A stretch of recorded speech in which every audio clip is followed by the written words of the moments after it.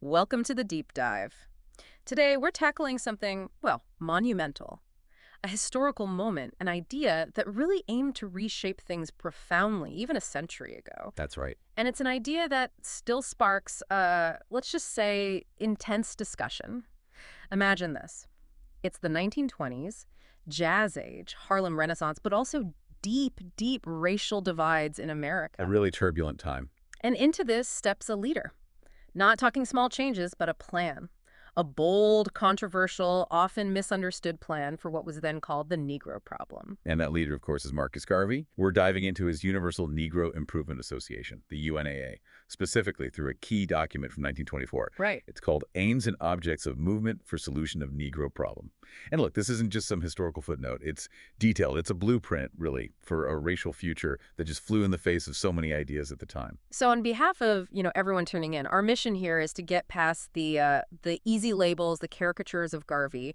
We're going deep into his actual arguments in this 1924 text. No. We want to understand the context, the specifics of what he was proposing, really grasp the nuances straight from the horse's mouth, so to speak. Exactly. And our source for this is singular but incredibly rich. It's these excerpts from Marcus Garvey Aims and Objectives.pdf, dated 1924, from the National Humanities Center. Okay. It gives us this direct, unfiltered look into Garvey's own words, his strategy, his core beliefs. It's a chance to really hear the architect of what became, a massive movement. Okay, so let's get into it. Right at the start, Garvey sets a really striking tone. He kicks off by complaining, essentially, that the public is kept misinformed of the truth surrounding new movements of reform. Yeah, he dives right into that. He feels reformers, especially his UNIA, just don't get a fair shake. He says the UNIA was greatly handicapped, even ridiculed. It's almost like he knows the pushback is coming before he even lays out his case. It's a very deliberate opening. And he calls the UNIA one of the most liberal and helpful human movements of the 20th century. Quite a statement to start with, focusing on being misunderstood. Well, you have to think about why he'd start there. It wasn't just like venting, it was tactical. He's immediately pushing back against the narratives he knew were out there, or would be. So why did he feel so misunderstood? What does that tell us? It highlights the huge challenge he faced. His ideas, they were radical for the time. They challenged the white power structure, yes, but also some of the other black movements pushing for integration. Right. So he's basically saying, look, before you judge, you need to actually hear us, not what others say about us. It sets the stage for this massive, perhaps controversial vision he's about to unveil. And after saying, hey, you're not getting the real story, he makes this, well, really interesting strategic choice about who he's addressing. He does. It's quite pointed. He says he's explaining his aims directly to the white man of America. Wow. And he calls white America the natural leader of the world, which is a loaded phrase, certainly. Definitely loaded. How does he justify that? He argues that, look, appeals are always made to white America for aid in all things affecting humanity. So his logic is, no big movement, no major change involving black people can really happen without first acquainting the leader, meaning the dominant white power structure. Okay, let's unpack this because it sounds complex. It's not just asking for permission, is it? No, not at all. Think about it. It's a calculated move, almost a bit Machiavellian, you could say. Yeah. He's engaging the power structure directly. Presenting his vision to them. Exactly. Saying, essentially, this affects you too, so you need to understand it. He even wraps it in this language of wanting to be Christian friends with the white race. Which sounds almost conciliatory given what follows. Right. It suggests, perhaps, a desire for a peaceful, negotiated outcome, at least initially. It's an attempt to present this potentially threatening movement, not as a declaration of war, but as a rational solution. Maybe even one that benefits everyone in the long run by resolving racial friction. So, a very pragmatic opening, trying to head off hostility. I think so. A very deliberate attempt to say, we're not the threat you might think we are. We have a logical plan. He's trying to bypass that misinformation he just complained about by going straight to the top, as he saw it. A fascinating diplomatic play, really. Okay, so after setting that stage, he gets to the heart of it. The core aim of the UNIA. He states it clearly, quote, to improve the condition of the race with the view of establishing a nation in Africa where Negroes will be given the opportunity to develop by themselves. Developed by themselves. That's the key Yes, phrase. exactly. And he immediately contrasts this. He says this development would happen without creating the hatred and animosity that now exist in countries of the white race through Negroes rivaling them for the highest and best positions. Right. He's drawing a direct line between competition within white societies and the resulting racial tension and hatred. Which sets him apart from, say, the NAACP at the time, who were focused on fighting for those positions within America. Absolutely. Garvey's saying that rivalry, it's inevitable, it's destructive. Let's create a space where it doesn't have to happen. A completely different paradigm. And this idea of separation, it's grounded in a broader philosophy, isn't it? About the rights of all races. It is, and this is crucial to understanding his worldview. He emphasizes the UNIA believes in the rights of all men, yellow, white, and black. How does he put that? He says, to us, the white race has a right to the peaceful possession and occupation of countries of its own, and in like manner, the yellow and black races have their rights. So self-determination for everyone. Exactly. If we connect this to the bigger picture, it's a principle of self-determination applied universally, which was pretty revolutionary in 1924, especially applying it with such force to black people on a global scale. And he sees this as the path to peace. Yes, this mutual respect for distinct racial spheres, he argues, is the only way the world can achieve real peace. It's a vision of harmony through separation, not integration. It's a grand vision. And when you look at the UNIA Constitution's preamble, wow, it's extensive. It really is. It paints a picture of a very comprehensive organization. He describes the UNIA and African Communities League as a social, friendly, humanitarian, charitable, educational, institutional, constructive, and expansive society. I mean, that covers almost everything. That's incredibly broad. Founded by people wanting to the utmost to work for the general uplift of the Negro peoples of the world. And members pledge to conserve the rights of their noble race, but also to respect the rights of all mankind. There's that reciprocity again. And grounding it all in believing always in the brotherhood of man and the fatherhood of God, then the motto, one God, one aim, one destiny. Powerful stuff. And this vision for justice. Let justice be done to all mankind, realizing that if the strong oppresses, the weak confusion and discontent will ever mark the path of man. It goes on about love, faith, charity, leading to peace and plenty. Here's where it gets really interesting. This isn't just political, it's holistic.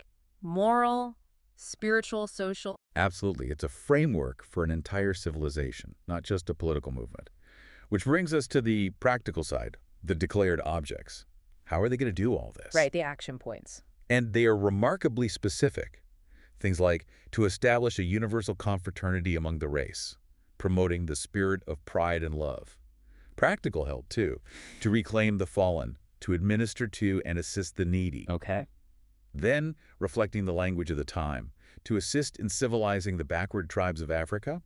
We have to note that phrasing, it definitely reflects certain colonial-era attitudes, even within a liberation movement. That's an important point. What else? Well, the core goals. To assist in the development of independent Negro nations and communities, and ultimately to establish a central nation for the race. The big one. Yeah, and building infrastructure for it, establishing commissaries or agencies worldwide for representation, promoting conscientious spiritual worship in Africa, and crucially, building institutions. Universities, colleges, academies, and schools for the racial education and culture of the people. So education is key. Absolutely. Education, culture, governance, economy, social welfare, spirituality, the whole package. This raises the question, how comprehensive was this plan? It was immense. It was about building a complete self-reliant world. Which Garvey clearly felt was filling a huge void. He believed the UNIA supplied among Negroes a long-felt want, something other movements just weren't providing. And he wasn't shy about saying why he thought they were failing. He drew a very clear line. He really didn't mince words, did he? Not at all. He voices strong disapproval of pretty much all other black movements in America at the time, with one notable exception, Booker T. Washington's Tuskegee Initiative. Why the exception for Washington? Probably because Washington focused on economic self-sufficiency and skills, sort of building from within, rather than directly challenging for social or political equality with whites, which Garvey saw as the major flaw in other groups. And what was that flaw, in his view? He claims they sought to teach the Negro to aspire to social equality with the whites, which he explicitly defines as the the right to intermarry and fraternize in every social way. And he had a strong reaction to that goal. A very strong reaction. He calls it a dangerous, race-destroying doctrine that was mixed with political agitation and aggression. For Garvey, this path wasn't just wrong, it was literally destructive to the race itself. So what was the UNIA's counterposition? Pride and purity. He states it flat out. We believe in and teaches the pride and purity of race. We believe that the white race should uphold its racial pride and perpetuate itself, and that the black race should do likewise. Racial pride for everyone, but separately. Separately and purely. He connects it to divine will, saying there is room enough in the world for the various race groups to grow and develop by themselves without seeking to destroy the Creator's plan by the constant introduction of mongrel types. Wow, mongrel types. That's jarring language today. It is.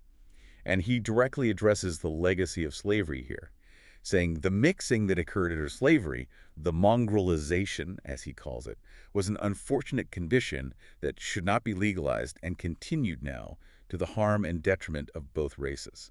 So he's arguing against interracial relationships as a continuation of a harmful legacy. That's exactly his argument. It led him to be vehemently opposed to what he calls amalgamation or miscegenation. He knew others disagreed. Right. Oh, absolutely. He acknowledges there are hundreds of thousands of colored people in America who desire race, amalgamation, and miscegenation as a solution of the race problem.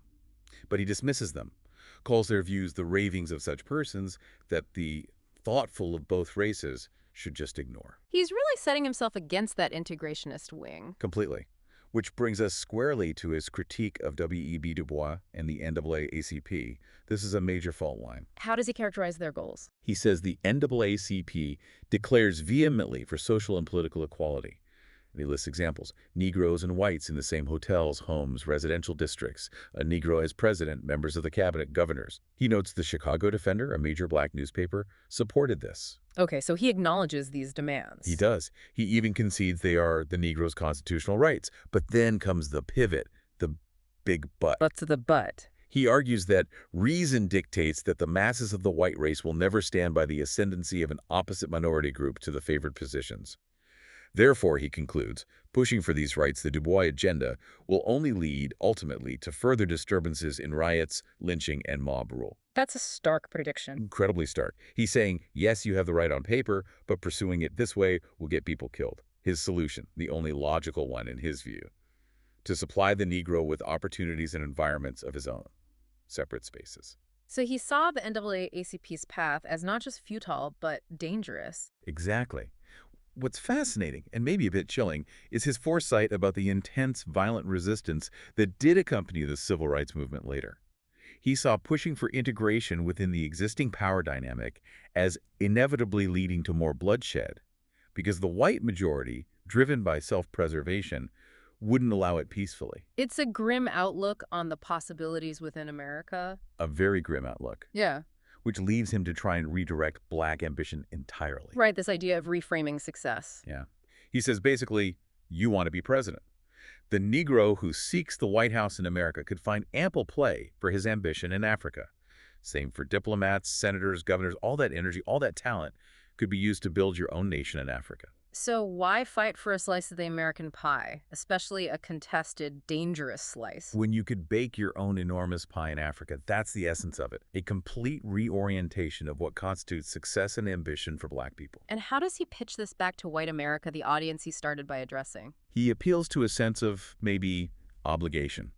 He reminds them, the Negro has labored for 300 years in contributing to America's greatness. So, white America shouldn't be unmindful and should treat him kindly.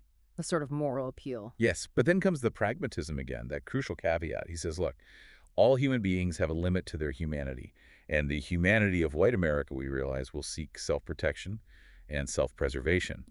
Meaning, don't expect white America to willingly give up its dominant position or fully embrace black equality if it feels threatening. Therefore, he concludes, the thoughtful and reasonable Negro sees no hope in America for satisfying the aggressive program of the National Association for the Advancement of Colored People. The only answer is the UNIA plan, a nation in Africa. It's a tough assessment of American society's limits. Very tough. And it leads directly into his practical proposals for actually doing it, colonizing Africa. He had a timeline for this, right? He did, a remarkably optimistic one. He claims his plan, if properly undertaken and prosecuted, could solve the race problem in America in 50 years. 50 years. Wow. And how? Where? He argues Africa affords a wonderful opportunity at the present time for colonization. He points to Liberia, already independent, and says white America should assist Afro-Americans to go there and help develop the country. Okay, build on what's already there. But then he gets much more ambitious, geopolitically. He suggests that white sentiment should pressure England and France to turn over former German colonies in Africa colonies lost after WWI to the American and West Indian Negroes who fought for the Allies. Using WWI leverage. Exactly. And he even floats this idea of land for debt. He says France, England, Belgium owe America billions after the war. They could compromise by turning over Sierra Leone and the Ivory Coast to be added to Liberia, making it a larger, more viable state. That's some serious international maneuvering he's proposing. Absolutely. He's trying to harness post-war realities for his project. He emphasizes the unity. The Negroes of Africa and America are one in blood. They can work and live together. And then the direct challenge back to white America. Will deep thinking and liberal white America help? It is a considerate duty. It raises the question, what kind of geopolitical mind did he have? A very ambitious one. He's looking at the global map, at colonial holdings, at war debts, and trying to carve out a space for a black nation. It's incredibly audacious, connecting historical grievance with contemporary power politics. He's trying to turn the legacy of colonialism on its head. But he knew not everyone, especially within the black community, was on board. He takes aim at other leaders again. Oh, yes. He sharply criticizes what he calls self-seeking colored agitators and so-called political leaders who fight for social equality and the impossible in politics. And he uses history to argue against them. He does. It's a powerful technique.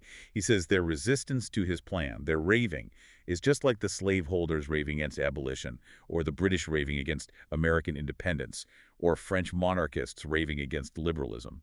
Implying their opposition is futile, destined to fail like those before. Precisely. He positions his movement as the inevitable next step in history. And he drives a wedge between these leaders and the people. He claims the masses of Negroes think differently. Most leaders are selfish, self-appointed, not elected. What's the fundamental difference in desire, according to Garvey? He says the people desire freedom and a land of their own, while the colored politician desires office and social equality for himself in America. And again, he asks white America to bypass these leaders and help the masses achieve their goal, the UNIA goal. Which brings him back, inevitably, to Du Bois. Yes, the critique of Du Bois is central to his argument against the alternative path. He calls Du Bois brilliant, a scholar, but not a hard worker. Ouch. That's quite personal. And he adds that Du Bois was educated by white charity, a clear dig. He claims Du Bois uses his intellect to fight for place among whites rather than working to create for his own race. A fundamental difference in approach to uplift. Absolutely. Garvey says Du Bois wouldn't dream of doing the hard work of nation building like the Pilgrim Fathers. Instead, and this is the most famous and biting line, he claims Du Bois prefers to fight and agitate for the privilege of dancing with a white lady at a ball at the Biltmore or at the Astoria hotels in New York. That's incredibly dismissive, painting Du Bois' fight for social equality as trivial. Deeply dismissive. And he concludes, that kind of leadership will destroy the Negro in America. The ideological gulf is just vast. It's about what constitutes real freedom, real progress, real dignity. And then, to add more weight to his own vision, Garvey does something fascinating. He includes a historical document. Yeah, this is a really interesting inclusion.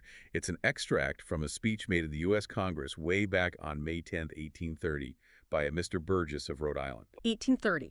What did Burgess say that resonated with Garvey almost a century later? Burgess makes this impassioned plea.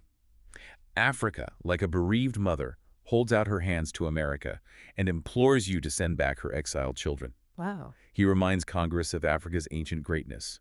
Science and arts and letters, laws and civilization sent out thousands of years ago. He even frames enslavement, strangely, as part of some divine plan, like Joseph in Egypt, ultimately meant for restoration. He urges Congress, let these people go. They are citizens of another country. Send them home. Send them home, civilized. That's the language. Instructed and civilized and imbued with the pure principles of Christianity so they can uplift Africa. Burgess talks about America paying back the mighty arrears of nations and adding another new world to the civilized regions of the globe. So even back in 1830, there was this idea of repatriation being beneficial for both sides. Yes, and Burgess even tackles the economic fears. He says don't worry about losing labor. Better, more efficient labor, meaning free white labor, presumably, will come. And removing black people will end political divisions and jealousies, making America united and prosperous and perpetual. So Garvey, including this, what's the point he's making? He's showing that his idea isn't actually new or solely his own. He's tapping into this long, complex history of repatriation discussions within America, even among white politicians.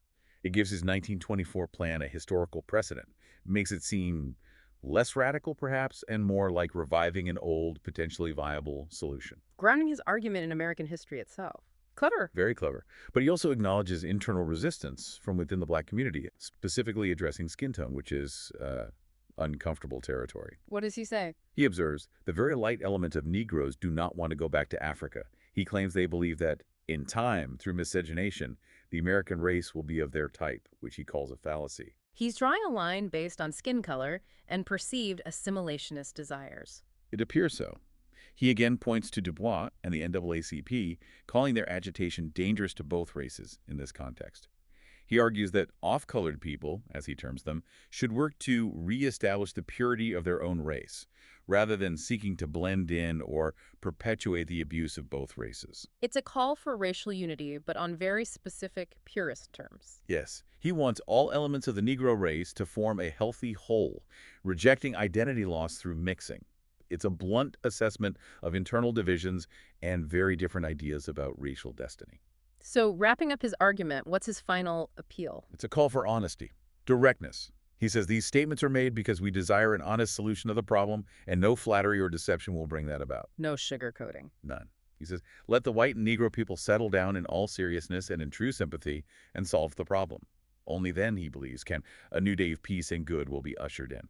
But he still seems worried about apathy within the black community. He is. He criticizes that lazy element who believe always in following the line of least resistance, lacking initiative and the pioneering spirit. And he links this back to the leaders he opposes. Directly. He says the professional Negro leader and the class who are agitating for social equality feel that it is too much work for them to settle down and build up a civilization of their own.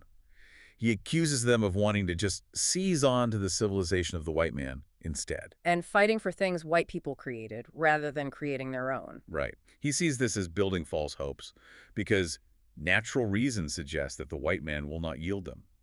Again, he contrasts this with Du Bois, who he claims prefers fighting for social access over the hard work of creation. It's a harsh critique of perceived dependency versus self-reliance. It's a consistent theme. Yet, despite all this strong talk about purity and criticizing certain elements, how does he describe the UNIA's actual membership? And this is a really important closing point in his text.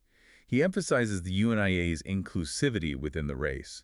He states, the Universal Negro Improvement Association is composed of all shades of Negroes, blacks, mulattoes, and yellows, who are all working honestly for the purification of their race and for a sympathetic adjustment of the race problem. Okay, let's unpack that. So, despite the rhetoric about racial purity, the movement itself was diverse, color-wise. Exactly. It explicitly included all shades, uniting them under the banner of race pride and the common goal of self-determination and, yes, purification, as he defined it, meaning strengthening the race as a distinct entity, not necessarily excluding lighter-skinned people from that identity.